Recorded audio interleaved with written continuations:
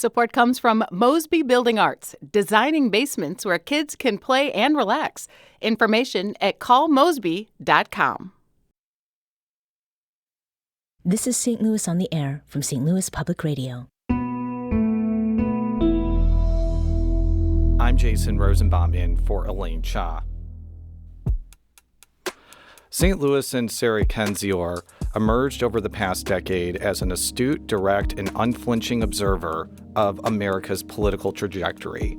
She gained a massive following on social media for her sharp criticism of Donald Trump's presidency and dominance over American politics. And she also hasn't held back against Democratic Party leaders. She recently wrote on her Substack page in response to a reader question that the party's elites are, quote, trolling the public by tweeting as spectators while the nation burns. But in some respects, Kendzior took a different path to describe an American metamorphosis in her latest book, The Last American Road Trip. Through gripping and often humorous vignettes highlighting her family's travels throughout the United States, The Last American Road Trip is a poignant memoir about her upbringing, her family, her home in St. Louis, and her country in a time of profound transformation. And it showcases how no one can truly hide from the realities of our times, even though long car rides throughout the United States may be the best possible alternative. The Last American Road Trip comes out tomorrow, and to commemorate her book's launch, Kendzior and I will be taking part in a Left Bank Books conversation tomorrow at 7 p.m. at the High Point Theater. Kendzior joins us in the studio now. Sarah, welcome to St. Louis on the Air. Oh, thank you so much for having me. So from watching you over the years, I noticed that you often posted photos of your travels in between your tweets about politics. What prompted you to transform what many people may have perceived as a fun social media diversion into an entire book? Well, part of it was anxiety that all these fun and remarkable places that I saw over the years were going to be lost. And in my book, Hiding in Plain Sight, which came out in 2020, in the epilogue, I kind of described that a little bit and about my fears and hopes for my children, that they'd be able to see all of these American places that they visited in the future. I got such a response to that. And so many people over the years asking me, with all that you know about our political situation, how do you raise children? How do you stay positive about being a mom? All that kind of stuff. I wanted to answer that question. And I also wanted to make a record of the America that I knew during an incredibly turbulent time. Like, I didn't set out to write a book about this. Like you said, I was just, going on a little spring break kind of trip. But it ended up cataloging a really critical time in our history. There are a lot of things I'd like to unpack about The Last American Road Trip. See, I'm good at puns because... Okay, I guess I'm not if I have to explain it. But let's start out with what I see as one of the central themes, the illusion of vacationing as an escape. Would you say that even when you travel thousands of miles away from your home and are enabled to connect to your phone or computer, nobody can really escape things like the news cycle, climate change, or the effects of the pandemic? Yeah, you can't. I mean, I think there are a number of moments in this book where I'm having a grand old time with my husband and children, and then I need to check the weather or something, turn on my phone, and some sort of catastrophic event has occurred. So in many ways, my smartphones are the villain of this book, I think, more than anything else. Vacations are something where I'm not just trying to escape or get a break, but I want to explore, I want to investigate, I want to learn things. And it's a good opportunity for my children to learn things. And if you're going to be honest about American history, you're going to learn a lot of things that are dark and unpleasant, as well as, beautiful and kind of a distraction from our lives. Like, I think all of that is woven together. That's the paradox of our country. That's what makes it interesting. And so I never wanted to be in denial of that. That said, I highly recommend folks just get a break from their phones. It's ironic, I'm, of course, saying this to you while we're on the radio and everyone's probably listening to it on their phones. Well, not this thing, everything else. There was a point in the book where you were having a grand old time, and then you looked at your phone and you saw that Anthony Kennedy had retired from the Supreme Court. By the way, I actually remember where I was when that happened. I also was on vacation in Longboat Key, Florida. So I can definitely understand why that stopped you in your tracks. But rather than me explain it, why was that kind of something that shook you out of vacation mode? Yeah, I mean, at the time, I was with my children, who I believe were 7 and 10, and we were in Moab, about to go see Arches and Canyonland and all the stuff. And like I said, I was turning on for the weather. My fear when Trump came in was always that he was going to dominate the courts and give himself and others immunity from prosecution from the courts, and also use the courts to abuse, great numbers of Americans for no particular reason. That's how he always has viewed the law, was as a personal tool. And with that resignation, I knew somebody even worse was going to be installed. And I sort of saw the events of the next, 7 years just unfolding in my mind, envisioning my children's lives as they grew older.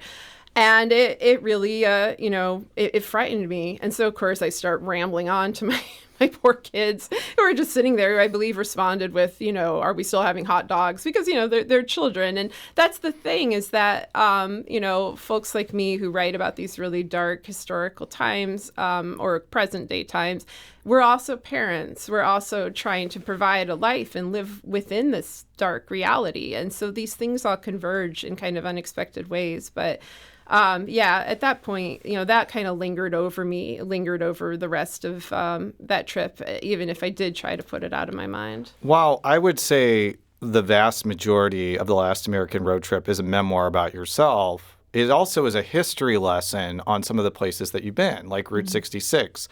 And you specifically pointed out that African-American travelers couldn't escape racism when they went on vacation, since they couldn't stay in hotels.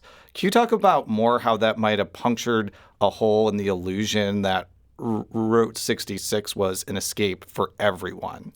Yeah, I mean, Route 66 was never what it claimed to be, even when it was in its prime. It was always romanticized, glamorized. It was where, the bumper sticker was invented from Lester Dill, a fellow Missourian. And so, it was always kind of hyped up. But yeah, for certain groups, for Black Americans who, couldn't stay in certain hotels, they would have discriminatory signs. They had to use the Green Book or other guides to stay safe. For Native Americans who were having the road paved right through their territory or by their territory, it was never an avenue of freedom. For women, it was often, an avenue of danger. And that's just the facts of our country. But I do think it's a fascinating trip to take, to drive all of Route 66. I've done all of it except for a little area in California that I always thought, I'm going to save that. I'm going to save that for when I need something, sweet and beautiful. I'm pretty sure it burned down, or quite a lot of it did, in the recent LA fires.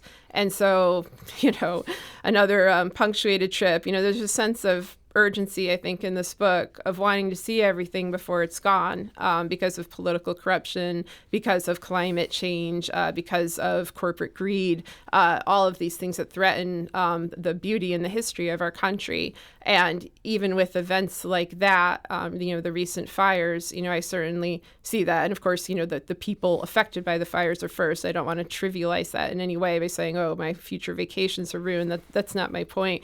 It's more that there's this feeling like that nothing is stable, and we better see it while we can and show it to our children while we can, so that they remember it. And if people try to even erase the historical record of it, that they'll know it was real. They'll know it was there. They'll know that America was theirs once upon a time. I think the reason why this book may resonate with a lot of people, particularly at this moment in time, it's still March 2025, is the first 70-ish days of the Donald Trump administration have been just a torrent of different things kind of hitting us in the face, like a bunch of beach balls or volleyballs or basketballs. And I think a reasonable impulse is to put barriers around social media or news consumption and just try to tune out or go for a hike or not think about the news. But going back to the theme about not being able to escape reality. Do you think that even if you put the most stringent blinders around what you try to absorb, eventually the consequences of what a president or the federal government does is going to eventually smack you in the face? Yeah, it absolutely will. And, I work in a particular job, as do you, where our job is to find out what's going on in reality. So I think we're kind of especially attuned to it. But the attempts folks make of denying what is happening to our country, and I truly do not believe this is a partisan matter. I see the situation as you have an abuser in the Republicans and an enabler in the Democrats, and then you have a country of disillusioned and frustrated and hurt and abandoned people who just want life to be fair, who want there to be opportunities. And this spans, the entire country. And there's no escaping that kind of abusive dynamic. It'll hurt someone if it doesn't hurt you. And I think in the end, it will eventually come from some of you. And I can think of all sorts of people, elderly people worried about their Social Security, cancer patients worried about their treatments, any parent worried about public schools. We're all worried about this. And it's not a partisan thing. It's not a party thing. It's a human thing. There are things we need for survival, and they don't care about our survival. They see people as disposable. And so, something I did try to emphasize in this book is that has happened here in the past, but it was more selective. It was often directed at ethnic minorities, racial minorities. I think now it's extremely wide in its scope and extremely cruel in its intent. And so I wanted to, bring home the humanity of that, this shared humanity, that we all have. Earlier in the show, you did say that smartphones are a villain in this book. When did you come to that realization? And did it take you some work to get to that point? Because as you mentioned, if you are either a journalist that delves in politics or a journalist and commentator who delves in politics, you have to absorb a lot of information to be informed. But at a certain point, you see cell phones as this horrible thing as opposed to a useful thing. I'd be interested in for you to elaborate on that point. I think they're bad because I don't think they're reflecting reality. They're reflecting what an oligarch or a tech company wants you to believe is reality. You'll follow people online and suddenly all those friends of yours are replaced with strangers, and those strangers are enacting little, reality show style skits on TikTok of a life that they don't actually inhabit. It's not real, but I always was aware of the danger. My dissertation that I wrote way back between 2006 and 2011, before smartphones were even that popular, was about the danger of the internet and the utility of it for authoritarian regimes. And it was an incredibly unpopular thesis because at this time everybody thought, the internet was an inherently democratizing force and it would bring peace and freedom everywhere. I thought it really just cut two ways. I thought it was wonderful. I thought it was great that we could cross all these geographic boundaries, but that, bad ideas or hurtful ideas or lies or propaganda can spread just as easily. And we have now reached the point where I think, corporate overlords have more control over our lives and what we see and what we witness than we do, even when we try to make that choice and opt out of it. So, yeah, I think it's dangerous. I think the danger of privacy violation and surveillance in particular is dangerous. Is there a balance that someone can strike between living in complete ignorance and just being overstimulated and overwhelmed with too much information? Yeah, I think so. I think you just take the pains to, limit your time. Don't get sucked down the wormhole of, endlessly scrolling on things. It's good to be informed. But how? It's so addicting. I've been addicted to a lot of things in my life, including diet soda, and I've been able to get over it. Getting out of the cell phone addiction has been, by far the hardest thing to do. See, I hate the damn thing. So, for me, it's really just an obligation where I have to use it for my job. But, I grew up, I'm the youngest sort of, the last remainder of the analog age. My adolescence was the analog age.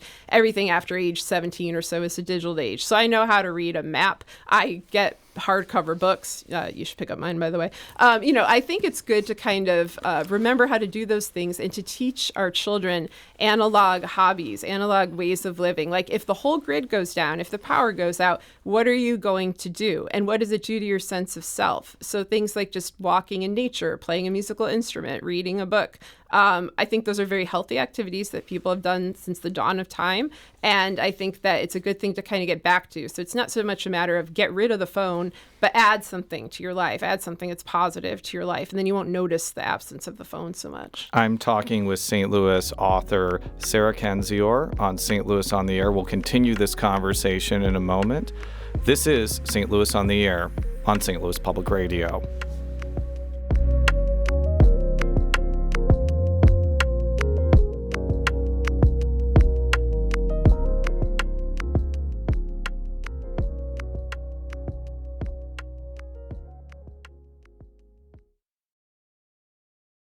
Support comes from Mosby Building Arts, renovating basements to boost home value. Information at callmosby.com.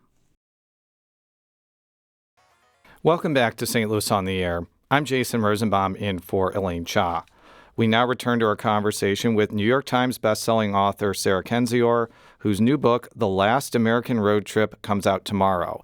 And if you have a question or comment for Sarah Kendzior, you can give us a call at 314-382-8255.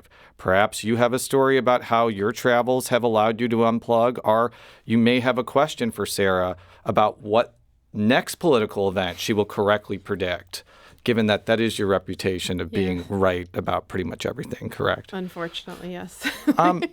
We've spent the first part of the conversation talking about kind of the broader themes of the book, but I want to talk about the tangible things and places you saw. Let's start with the majestic praying hand statue in Webb City, Missouri. First of all, what the heck is this thing? It's a giant pair of praying hands. It's actually one of several places where there's a giant pair of praying hands. I also write about the one at Oral Roberts University. I very much prefer this one. It was made by an artist named Jack Dawson. It's a Titanic creation. But it was made in the, I'm sorry, you did your bad joke. I have to do mine. It was made in the year 1974. And one thing that I noticed as I wrote this book, and I wrote about these sort of strange roadside attractions all over America, is that so many were built in that year. Places like Cadillac Ranch in Texas, or this giant bovine cow in North Dakota.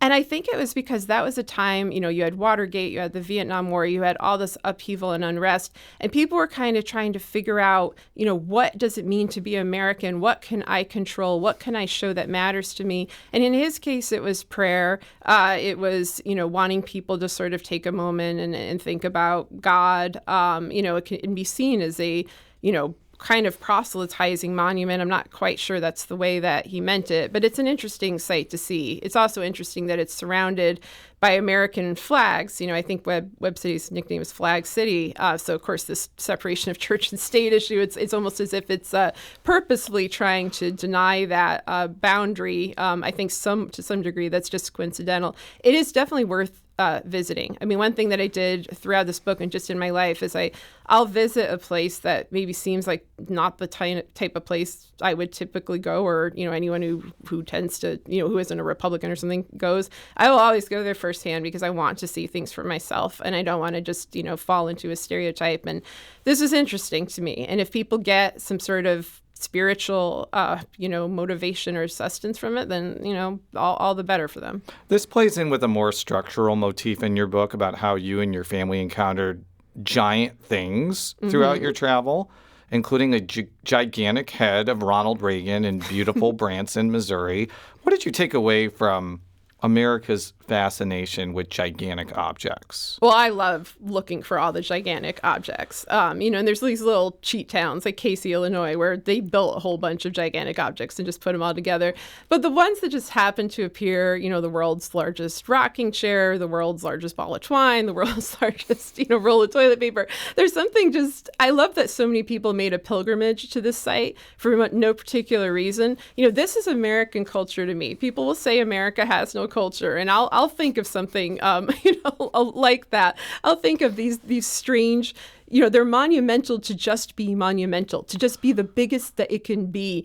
And it makes you, though, kind of think about the object. It always makes me think about all the people who came and visited. And it's fun. So every time there's an opportunity to see the world's largest whatever, I go with great enthusiasm. My children's enthusiasm, however, was much greater when they were small than when they were teenagers and were like, Mom, like, my God, again. But Yeah. Yeah, you kind of mentioned earlier that there are certain places like Republicans and Democrats visit, fitting into stereotypes of what people may think they like.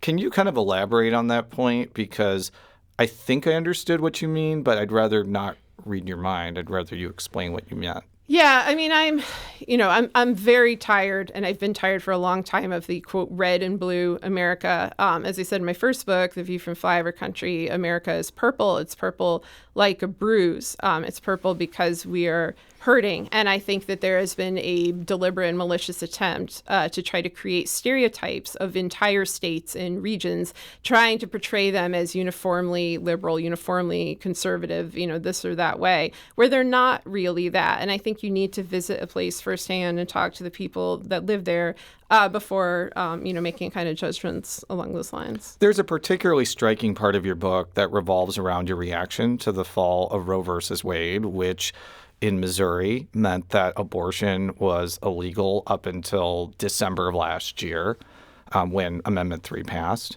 And and that event led you to none other than Grafton, Illinois.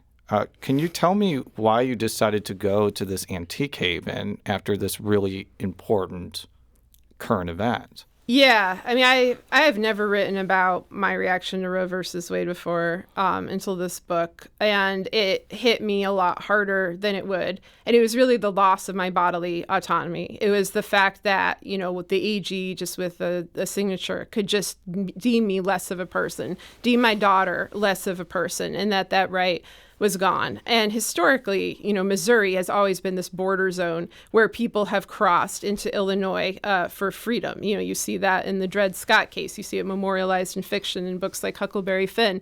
So the next day, I mostly just kind of wanted a break from the news. So we went out to the loading dock in Grafton, which is just a place I like, big outdoor flea market. You can get brats and fries and play cornhole and do this fun stuff. But it was a different thing to cross that bridge and to know that in this state, suddenly, I was fully respected in my rights as a human being. And then once I crossed back, I'm not. And another thing, and I bring this up in there, is that the reaction to Roe really bothered me because I got a lot of, oh, well, you deserve that from so-called Democrats and liberals online. That's how they were reacting to the verdict. When they thought about what it meant for women and girls in places like Missouri or Texas, it was not with sympathy or empathy. It was like, oh, well, that's what you deserve for living there. And so I kept thinking, so I crossed this bridge 20 minutes from my house, and suddenly what? I'm more of a human being. I'm more deserving of respect now. And then I cross it back and I'm less. And I'm thinking of the reaction of my fellow citizens and also of my government, of my state government versus Illinois state government. And like I said, I never felt like those red and blue lines were quite that they meant anything. But in this particular case, they truly did, because it's a different set of laws for me in one state than in another. And that's the American story. And that's why I fear in this time where you see a lot of operatives trying to stir up things about secession or civil war or national divorce, I fear that this region will be one of those flashpoints as it has been historically. Based on what you just said, and also based on the fact that you are, like me, not a Missouri native. You're originally from Connecticut. I am from the suburban suburbs of Chicago. That is not the right description. I am from the Chicago suburbs, not the suburbs, by the way. But your children are Missourians, and you express often in the book that you express some sort of pride of remaining in this state that has become more Republican over time. But after something like Roe versus Wade, was there ever any consideration about moving across the river and living in Illinois? No, I'm not going anywhere. And I watch people who have much more cozy and comfortable lives and a lot more rights than I do pack up and leave their communities behind, leave their families behind. I'm not abandoning my elderly relatives, my neighbors, my public school system, and a place that I genuinely like. I'm not living here some great act of heroism. I'm living here because it's my home. It's my children's home, and I like our free museums, and I like our beautiful parks, and I like going kayaking and canoeing, and I like a lot of Missouri things. And I don't want to be anywhere else. What I want is a different government. What I want is different people in charge of our state so that they don't ruin it and run it into the ground. But yeah, and I've previously written about Elijah Lovejoy, the abolitionist from the 1830s, who also lived in St. Louis and, had to flee across the river, to Alton, and where he was killed. And he said beforehand, knowing that he was a target, knowing that his abolitionist views were unpopular, that he will never leave his post. He will never stop writing. Because if you do that, then you're abandoning your principles more than you're abandoning a place. And that's the thing that I can't abandon. There are very few things that could get me to leave, but, I'm not backing down in any way. Let's go to Jerry from O'Fallon, Missouri. Jerry, welcome to St. Louis on the Air. Thank you. There's a lot I could say, but I just want to say that I've been reading your books for years. My daughter actually gave me a copy of your first book and have subscribed to Gaslit Nation for at least 5 years now. And you're just remarkably, I guess I shouldn't use the word appreciative. You just are paying attention, but you're right 90% of the time or better. And I just think you do a remarkable job. I miss seeing you on little pop-ups on television from time to time. And but anyway, I just think you're doing a remarkable job. Jerry, before you hang up, do you have a question for Sarah that you'd like to answer, or do you just want to shower her with more praise? Well, I read and listen, so I pretty much keep up with what she's been doing. And it's just, it's frightening, but it's, you like dealing with any kind of a crisis, it's better to know as much as you can going in. And you certainly do a very good job of keeping us informed. Thank you very much. I really appreciate that. If you, like Jerry, have a question or comment for Sarah Kendzior, you can give us a call at 314-382-8255. That's 314-382-TALK. There's a long stretch in the book where you visit lots of national parks, and you found that you enjoyed the lesser visited parks, like Theodore Roosevelt National Park in North Dakota, compared to more popular destinations like Yellowstone. Why? Look, there are fewer people. And this is pre-COVID, mind you. But, more opportunity to just enjoy nature, to kind of take it slow, to see things as they are. I adore that park, and it's so out of the way that it's difficult to get there. At Yellowstone, a lot of what I liked was kind of people watching, and I described that too. And I am glad I went there in 2019 before COVID, before there was this sort of atmosphere of distrust and suspicion that I think still remains. But yeah, there are a lot of beautiful, lesser-known places. I feel like our whole state is full of them. I feel like the Midwest and the South are full of them. In some ways, I don't even want to tell people about them. My absolute favorite places to go are not in the book because I want to keep them for myself.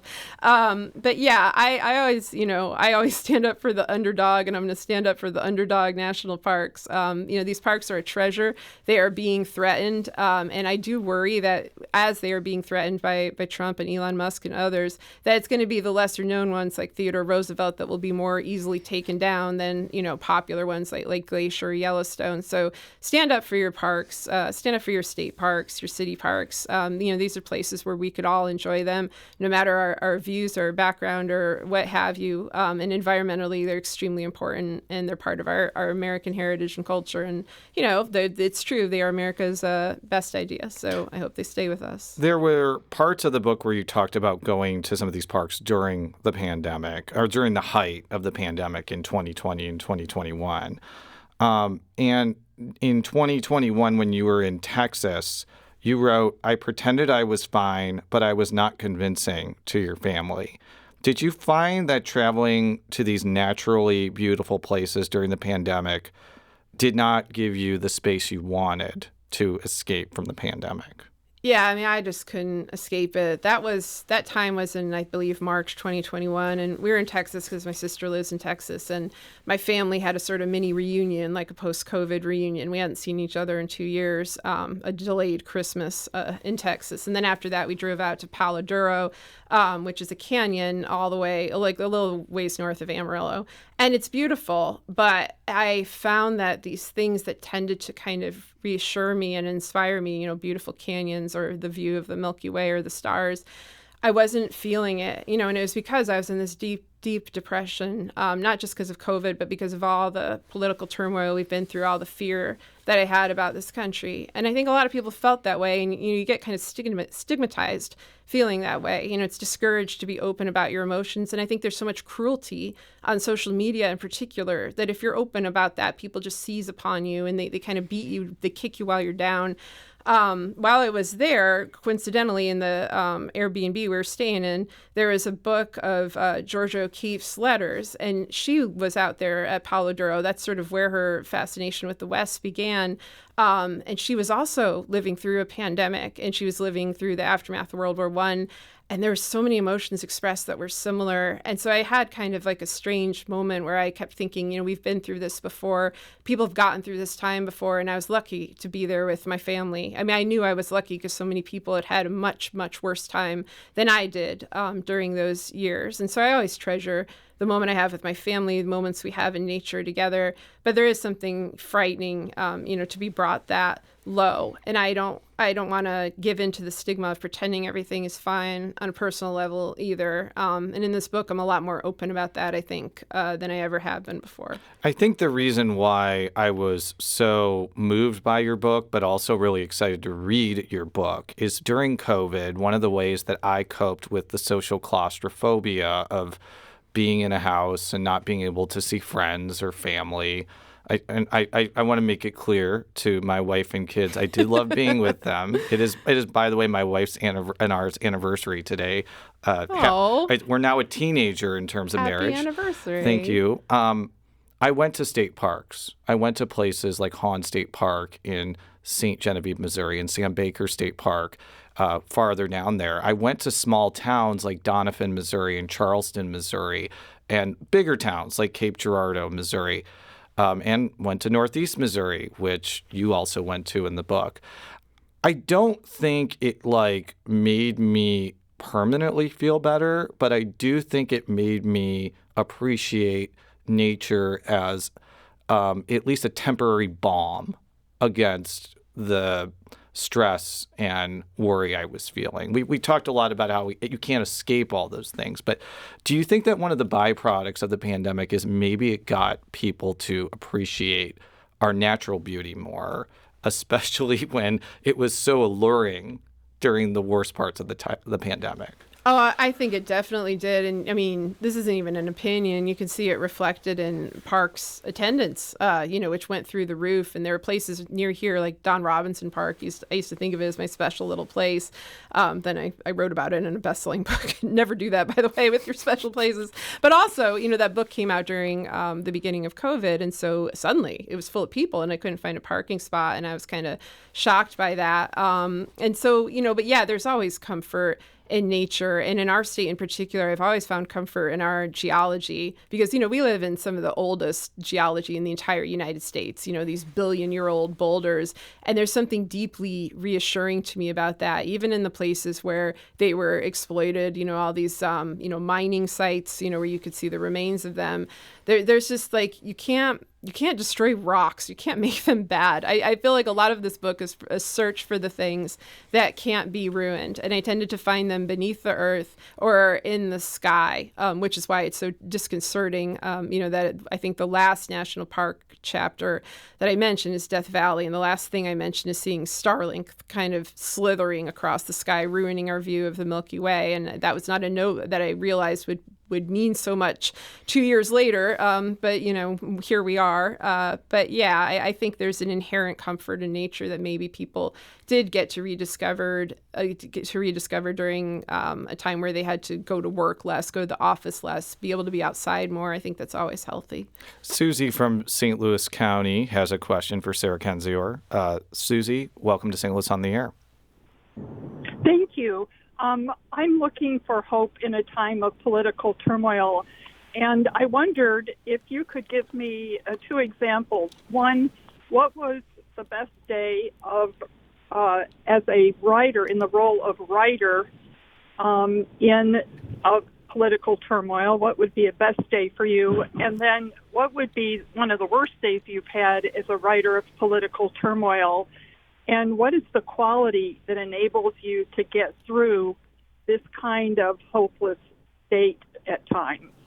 Yeah, that's a great question. And I get asked that a lot. And I tend to, I don't quite believe in hope, but I also don't believe in hopelessness. I believe in living by your values and pragmatism and imagination and things more in your control. A strange facet of my life as somebody who writes about very controversial political events is that I get a lot of threats. I get a lot of death threats. And some of these road trips were actually escapes. They were us leaving our home because we felt like we were in danger and going somewhere. And, because I am a pragmatic kind of person, as I said, I thought, well, we're just going to make a family vacation out of this one. Because, of course, you don't tell your kids that. You tell them they're going somewhere fun. And so we had a lot of beautiful adventures. And when you kind of feel like your life's on the line, you do appreciate them more. And I don't think that's unique to me and my profession. I think a lot of us felt that way, during COVID and during other times of turbulence. And so it's just a matter of, finding, what you love, the people you love, doing the things that you want that don't hurt anybody, regardless what people think of you. I'm sure there are plenty of things in this book that people will think, well, that was a very strange thing of her to do or a very weird place to go.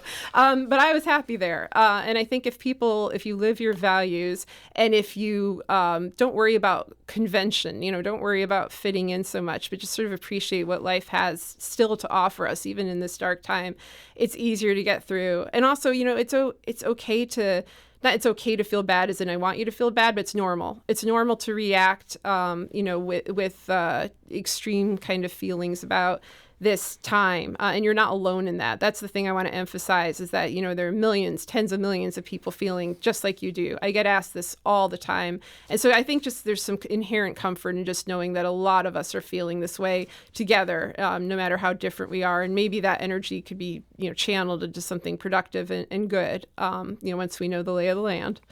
We need to take a quick break, but when we return, we'll conclude our conversation with St. Louis author Sarah Kendzior about her new book, The Last American Road Trip. This is St. Louis on the Air on St. Louis Public Radio.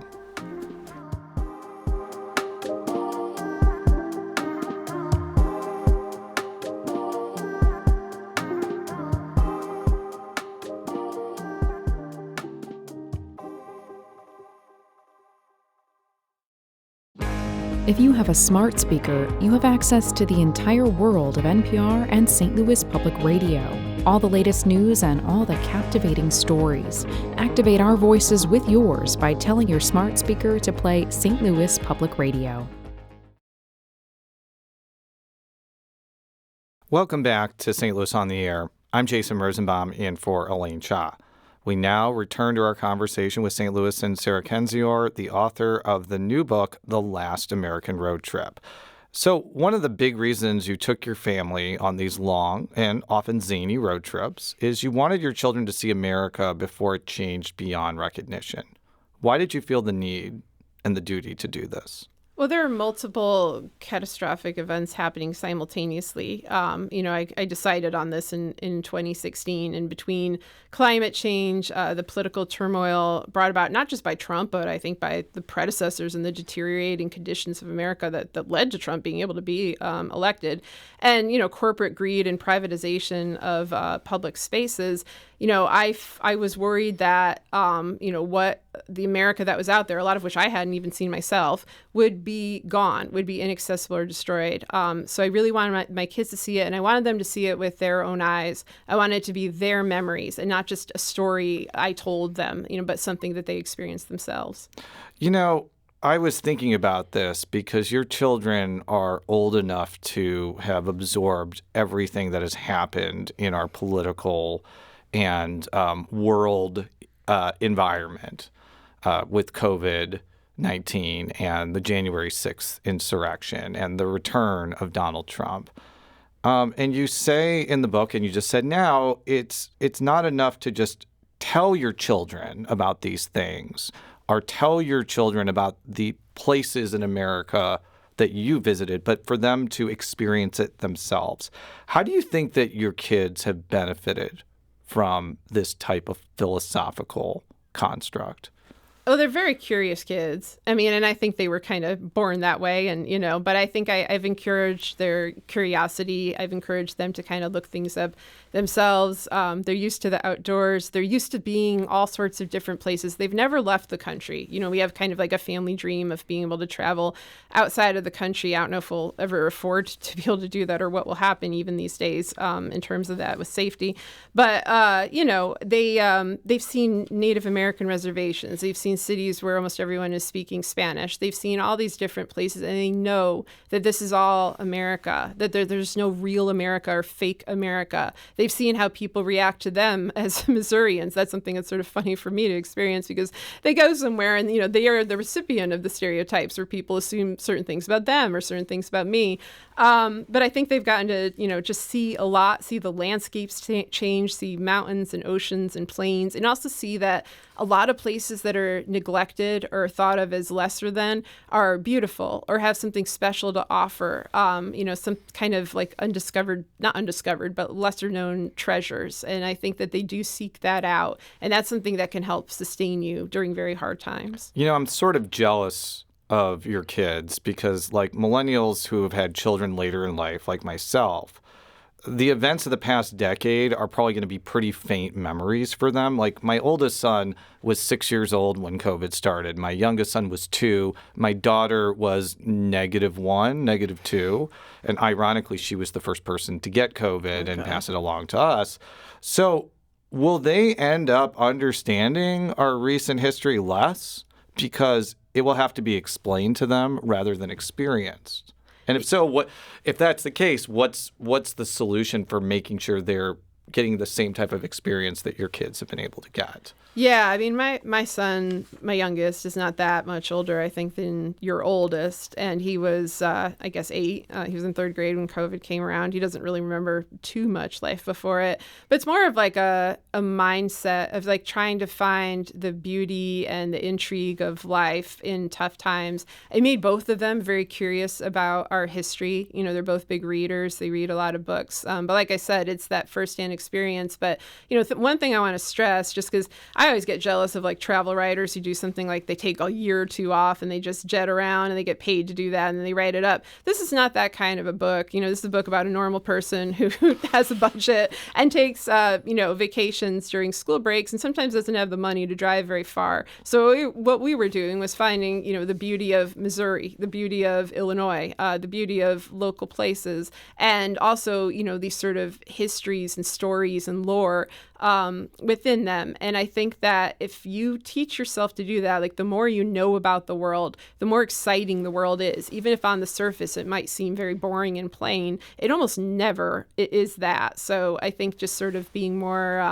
open to what's out there is a good thing. And that's why it's also so important that our history not be deleted off the internet where so much of it has ended up, and that libraries and books and other places of analog history remain. I would imagine that a lot of parents who are involved in some form or fashion in politics get involved because they want to make the future better for their kids when they become adults. But I think that one of the most difficult question of our times is how can we even try to strive for a better future when so many things like climate change, foreign policy actions, infectious disease control, they're influenced more through like the decisions of government and through policy decision making rather than individual decision making. Mm-hmm. So what can we even do? Is it a situation where we're just hopeless and helpless against all of the things I just mentioned? Yeah, that's a great question. And that's the question I've been, asking for 10 years, because I think the first step is acknowledging the reality of that situation, not in the sense of, oh, it's all hopeless and there's nothing we can do. But yes, there are powerful plutocrats and oligarchs and deeply corrupt political actors who have no interest in the public good, dominating the way that we are able to live our lives, trying to limit the way that we live our lives, trying to erode empathy and compassion for our fellow man. This is real. steal, they get away with it. They rewrite the laws so they're no longer breaking them. They do all these things that we're told are impossible because of, the Constitution or checks and balances or yada, yada, yada.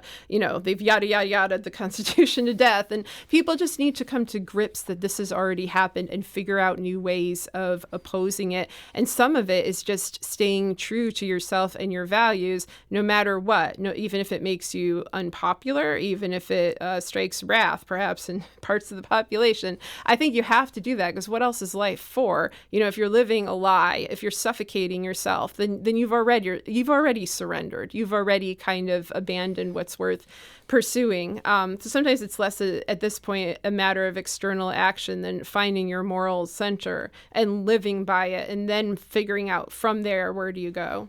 So in the last 3 or 4 minutes, we're going to do a lightning round. I cannot say this because I do not have magical powers, but please keep your answers to 15 to 30 seconds or I will strike you with actual lightning. See, we've used that joke twice now and it's still funny. It is. What is the best town name in Missouri and why? Peculiar. Because it's really not. It's really a tough It's a tough call. The Climax Springs Jesus poster kind of does it for me. I like Knob Noster the best, but those two are very good names. Pilot Knobs, a lot of good knobs. There's a lot of good knobs. Mm-hmm. What's the best state park in Missouri? Current River, like Ozark Scenic Byways, or Don Robinson. Yeah, if I had to choose, and this is really hard because there are so many good ones, I love Hahn State Park in St. Genevieve. And I highly recommend people, after they visit St. Genevieve, which is a very historical town in and of itself, check that out for themselves. Yes. What was your favorite national park that you went to that's detailed in the book? And I'm going to give you a little bit more than 30 seconds to answer this question. Well, when I went, it wasn't a national park, but now it is. So, White Sands, New Mexico. I think, honestly, that was possibly the best day of my life. It's literally what it says. It's White Sands near the area where they did atomic testing. But it's just these beautiful kind of colorless dunes. And my kids and I and my husband, we were the first ones there, and we rented sleds and we just climbed to the top of the dunes and went sledding down over and over again. And there's something just so peaceful and so tranquil and perfect about it. And I felt so far away from everything but my family and nature. And it was just, I don't know, it was just a beautiful experience. And it did end up becoming a national park a couple years later. So I cheated a little in that answer, but it's true. Which park has better bison? Lone Elk Park in St. Louis County or Theodore Roosevelt National Park? I'm going to lie and throw down for Lone Elk Park. How many times did you drive through Lone Elk Park during the pandemic? I drove through at least 50 times. Well, you had little kids, so what were you going to do other than that? I had a little bit more options, but we did go there. We were in a traffic jam in Lone Elk Park, which was a new one for us. If you have not been to Lone Elk Park, you have to go and you have to say hi to the bison, but do not put your hand out and pet them. No. Because they will bite. And they have hay rides at night in the fall. Even better. If you get there in time. When you traveled up to Hannibal, Missouri, did you get to visit Champ Clark's house in Bowling Green, Missouri? No. Apparently I should have. Yeah. You know who Champ Clark is? No. Champ Clark is the former U.S. Speaker of the House from Bowling Green, Missouri. And he almost became president of the United States in 1912. Except William Jennings Bryan betrayed him at the convention and told people to vote for Woodrow Wilson instead. And that's why Missouri only has one president instead of two. Wow. See? Trivia. Next thing you know, I'll find the recorders of deeds and seek out their domiciles as well. Yeah, don't even get me down Little there. in-joke there. Oh, very in-joke. Your son said he would have voted for Horace Greeley in the election of 1872, primarily because of his amazing neckbeard. Does he know that his running mate, Benjamin Gratz Brown, also has a luxurious beard and was also shot in the leg on Bloody Island? I think he does know this because he got very interested in this. But once he did learn about Grant's Farm and that was the place with the, all the little cute animals, he belatedly switched his vote. Oh, actually, I got to say, I probably would have voted for Grant in that, even though he was surrounded by a lot of corrupt people. I think by the point Horace Greeley ran for president, he was kind of far gone, and he died before the electoral votes They were. did have a Horace Greeley live tribute band with a song about Horace Greeley that I've never been able to find anywhere else. And that is why I haven't deleted my Twitter, is to preserve that video of the Horace Greeley tribute band. Two more very important questions. Will your next book be a not suitable for work reimagining of the Lewis and Clark expedition? Oh, gosh. It should be. I should really go the fictional route. I'm honestly pretty, interested in the two of them, especially that, Clark allegedly committed suicide in the Natchez Trace. And very quickly, what's your favorite Korn album? Their self-titled album, Life is Peachy, Follow the Leader, Are Issues. Whatever one has the song that I mentioned in the book, and now everyone's going to be wondering, that Korn? Yes, that Korn. Late 90s Korn is in my book, so yeah. And that song is Falling Away From Me, which was on Issues. And we'll have to pause our conversation for now. But I'm using the word pause purposely since we'll be continuing to talk about the last American road trip at 7 p.m. tomorrow at the High Point Theater in St. Louis. Sarah Kendzior's Last American Road Trip comes out tomorrow. Sarah, thank you for joining us today. Thank you. And please play this as my walk-in music tomorrow night. Absolutely.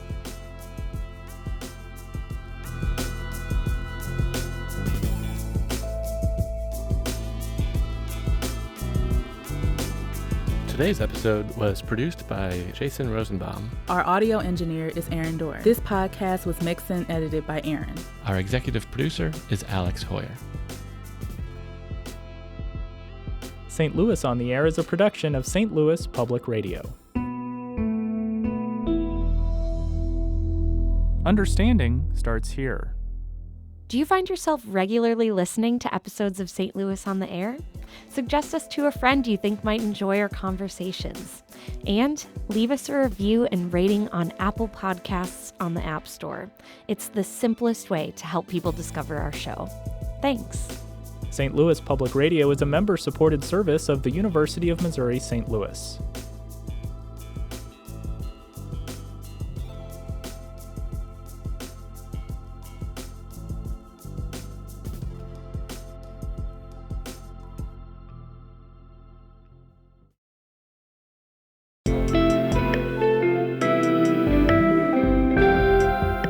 The Gateway brings you the day's news each weekday from around the St. Louis region and the state capitals in Jefferson City. Our schools are accredited.